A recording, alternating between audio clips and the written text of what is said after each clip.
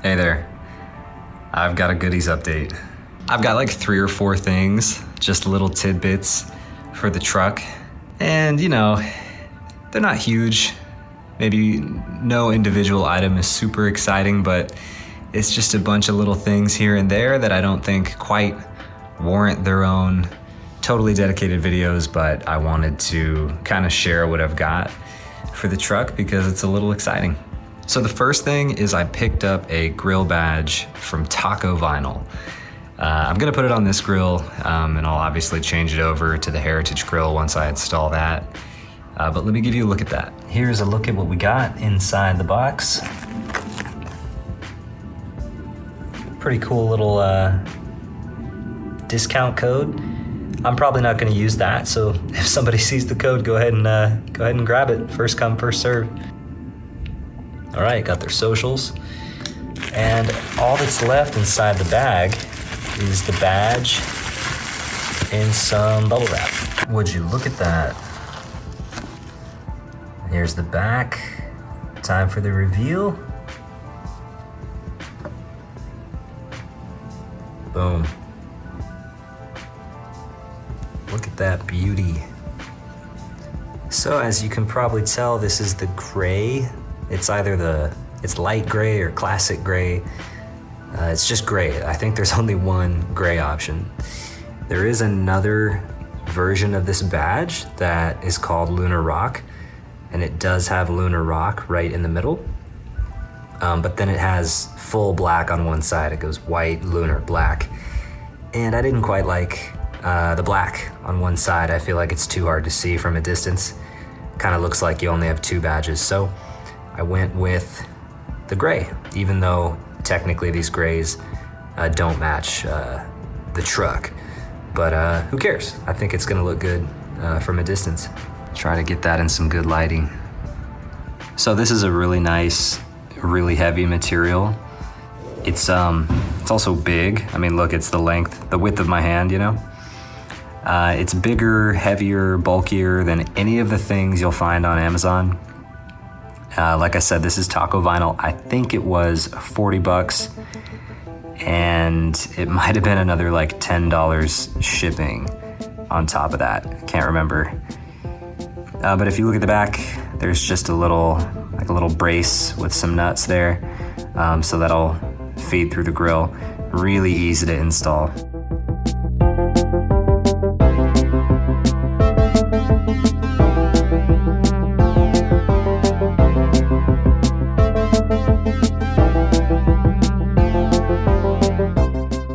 The install for this is a total breeze. It can fit on any part of the OEM grill that has gaps on both sides. So pretty much any of the connectors except the very edges.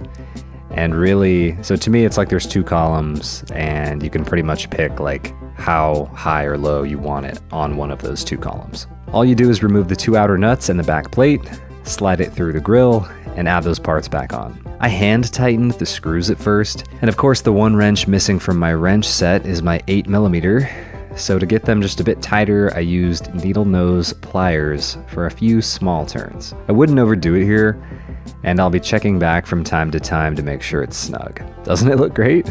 I'm really happy with how the front end of the truck turned out. Personally, I think the bottom corner is the best placement for the badge, but to each their own. I'm really stoked with the purchase on this one. I'll drop the link below. Goodie number 2, I got a tire pressure gauge. Now this was actually a gift, so I don't have any reason why I chose this gauge, but I needed one. Somebody got it for me, and I'm pretty stoked on that. I think it's a pretty cool one. Here's what that looks like. So there's not much to say about this other than I think, you know, I didn't have one. If you don't have one, you need one. It's definitely good to have. Transitioning between on-road, off-road, it's good to have anyway, just throw in the truck. This one's glow in the dark. But yeah, I mean, if you want to see a dedicated video to this thing, let me know. Otherwise, I just wanted to introduce it. One more thing related to goodie number 2, the tire pressure gauge. Part of what got me thinking about it was I noticed my tire pressure changing on my dash in this display here.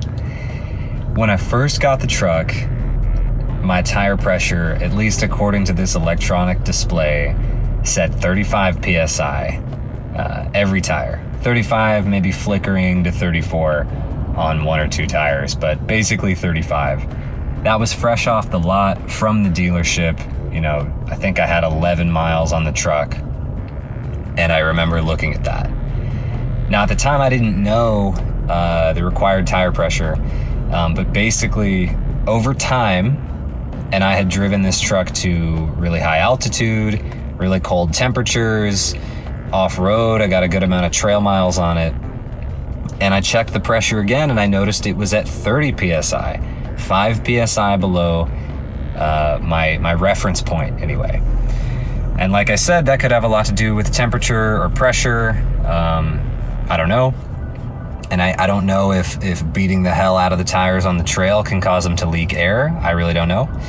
But I noticed it was 5 PSI lower than the first time I checked, which to me just seemed like kind of a big deal. I should check what the required PSI is. So I looked on the inside of the truck, and to the best of my knowledge, on the door sill, driver's side, the recommended tire pressure is actually 30 PSI.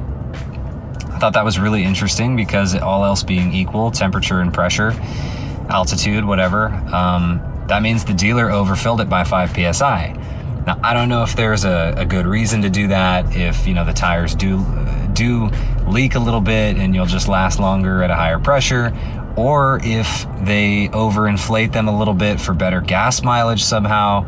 I really don't know, but on the inside of the door, on the driver's side, it says 30 PSI.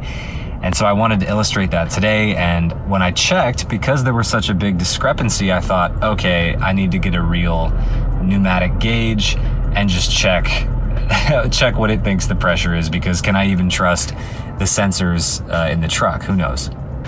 And then, interestingly, when I go to show today, of course it says 32, 33 PSI, which is different than anything I've ever seen. So, I don't know, maybe there is a lot going on with temperature and pressure. It's kind of a warm day today in San Diego. I'm only a few hundred feet away from sea level. But these should be really similar conditions to when I purchased the truck. So I don't really know what to make of that. But in any case, I thought I would point this out. If anyone has knowledge or wants to comment on this, please let me know down below. But yeah, I thought I'd share. This is why I have the gauge, and I'm gonna continue to monitor the tire pressure. I'm kind of skeptical about trusting these sensors, but I will check with my new gauge pretty often, and I intend on keeping that in the truck. I think it's a good idea. It's time for goodie number 3. If you've been following the channel so far, I've only got a few truck videos, but you probably know that this baby is bone stock. She is bone dry. It's a stock Tacoma. Well, not anymore. Because of goodie number 3, you'll never guess what it is. It is cup holders. Well, not really cup holders. Cup holder liners? Cup holder coasters? I don't really know what to say about these. They're not highly functional, but I think they're pretty cool. So I got these as a gift also. And not something that I asked for, but just kind of a loving gift from some family.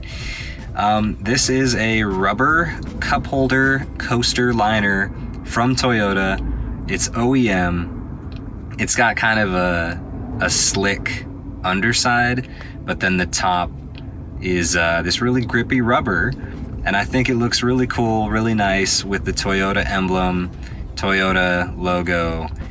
I think it looks good. I like the white and the red. I mean, it definitely looks better than just an empty cup holder.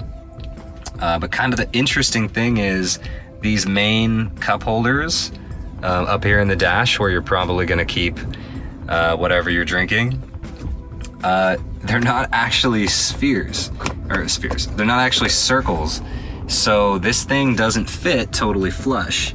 I mean, it's close, like it kind of touches on the edges, but it doesn't like fill in the sides, obviously, if you can see that. Now that doesn't really matter. Obviously you put a cup on there, it's still gonna sit on that. And so obviously this isn't a highly functional upgrade. This is just, it's mainly an aesthetic thing. But if you did want to make an argument for functionality, I mean, hey, there's no more loud clunk when you drop something in there. It is a little bit more grippy, but really, I think it's just an aesthetic thing. Now, one thing I do want to point out is that I actually got a pack of 2, and if you look at this cup holder behind the shift knob, and here it actually fits perfectly. So I think it was probably designed to fit in whatever this generic size cup holder is on probably any Toyota. This obviously isn't designed for the Tacoma, which is why it's not a perfect fit up here, but the Tacoma happens to have this like circular cup holder back here, and it looks to be a perfect fit. So that is super satisfying. And so like I said, it's a pack of 2, so I actually don't have one over here where I'm keeping the bottle right now. But I figured it's a pack of 2, but because it fits so good back here, rather than having both up there, I just had to stick one back here. So I actually might buy more just so I can finish decking out the truck. I thought this was a really cool gift, and I actually really like kind of the appeal. I think it's a nice touch. And now what I don't know, I totally haven't looked into this at all. I do not know if they actually make a cup holder, custom cup holder, like a rubber liner like this, custom for the Tacoma. If there is one that would fit this shape perfectly, I'd be super interested in that. Although if it's OEM, I do have to say I really like the OEM look with the logo and the Toyota, the colors. I think it looks really good. So let me show I still have the bag here. This is the car cup coaster. Got the part number there. Oh, there we go. Got the part number there. It says 2-piece logo cup holder coaster. Again, I'm pretty sure this will probably work in any Toyota. That seems like what it's designed for. And as you can see, it is only $9.95, so not that big a deal. Probably a set of 2 will be good for most cars. If you're me, I might buy a few more. And just so you know, the Toyota Tacoma has these backseat cup holders also. And it seems to me, like similar to the front, you could drop this in and it is not a perfect fit. Oh, actually, you know what? It doesn't quite fit back here. That is super interesting. It does not. It's really hard to show. I'm sorry about the lighting, but it honestly does not fit. It just doesn't quite fit that shape on the side, so it's definitely sticking up. You cannot drop this in the back comfortably. I mean, obviously you could use it like this. It's like almost flush, but it is not quite flush, so just be aware of that. Yeah, it's really not. That's interesting. So yeah, the backseat cup holders, no. And as far as the door, let's get this crap out of here. Oh, there's no way, right? There's no way. Oh, it does. Oh, I was not expecting that. So, okay, it fits, but it's not flush. But if you really wanted these here, you could have them here. Let's see the next one. Oh, it's much better in that one. So these seem to be like different sizes. And this kind of middle area, it actually fits really well in there. Again, it's not flush exactly, but it fits a lot better than on the right side. And there's just no way it would fit on the left. So that's interesting. All right, yeah, that's goodie number 3. Just a small thing, but something that kind of made me smile, so I thought I'd share it. All right, sorry for any loud background noise. I'm gonna try to record this quick. Goodie number 4, this is kind of a bonus thing that I've kind of already showed off, but I keep this behind the seat here, and it is this Meguiar's super dry, water absorbent, water magnet towel. So yeah, this bad boy, I think it's called the Water Magnet. Again, it's the Meguiar's brand. This is designed for drying your car after washing. Like you just saw, I keep it in the back seat, behind the seat, just so it's always in the car. And you know, if I get the car dirty or dusty or whatever, and I blow through one of those self-service car washes, this way I don't have to actually wash the car there. I can just pressure wash it, rinse it off, and then dry off the truck. pretty well and not have to rely on just like air blasting it on the freeway, which still helps, but I think you really need a towel. And I will say that from washing this truck in my driveway and trying to get it as bone dry as possible, one of these towels isn't quite enough. Like, I think if I wanted to dry the truck off at maximum speed and maximum efficiency, I would need 2 of these towels. Now, to be clear, you can do it totally fine with just one of these. Like, this thing holds so much water, and then you can wring it out and keep using it. But if you didn't want to have to spend time wringing it out, I think this truck is big enough that it could justify 2 of these towels. And I don't want to unfurl this right now, but it's a pretty big towel. I think it's like 3 feet by 2 feet. Pretty good size. Like, you can definitely use 2 hands with it as you're drying the truck. So it's a really nice towel. I think I got it for like $10 or $11. You could buy it probably on a lot of websites. I got it on Amazon. Yeah, and I might buy a second one, like I was saying. And it's something that I just want to keep in the truck, so it's always there. Because I've washed the truck a few times now since buying it. And one thing I've noticed is, even if I get it squeaky clean, you know, it doesn't matter with your wax or your quick detailer or all your coatings or whatever. Like, if I go get the truck dirty, get it dusty, you know, if you drive off-road, it's gonna get really dusty. And then as soon as there's moisture, which San Diego, we get a lot of that sometimes. There's humid days, we get a marine layer. And now it's about to be fall, we will get some rain. So if the truck is dirty and then it gets wet, even when it rains, I've noticed with this Tacoma, there's a lot of areas on the truck that are just flat. So water doesn't really run off. And one of the big areas is the hood. The hood is really proving to be a kind of a problem area. It's just a big flat surface, and if it gets covered in dirt and then wet, the dirt will not run off. The water, what it does is the water just pools the dirt, you know, in a bunch of different places, and then evaporates, and it gets this crazy like cheetah print effect where you just have like horrible looking dirt spots, water spots. It's really bad. So I don't know what to do about that, other than anytime the truck gets dirty, you gotta rinse it off. Don't let it get like wet when it's dirty and then sit, because then you'll just get, this crazy dirt pattern everywhere. And any place that's flat, like the hood, the roof, I've noticed that, the sides of the truck are way better. You don't really see it at all, but the hood will just get these crazy spots.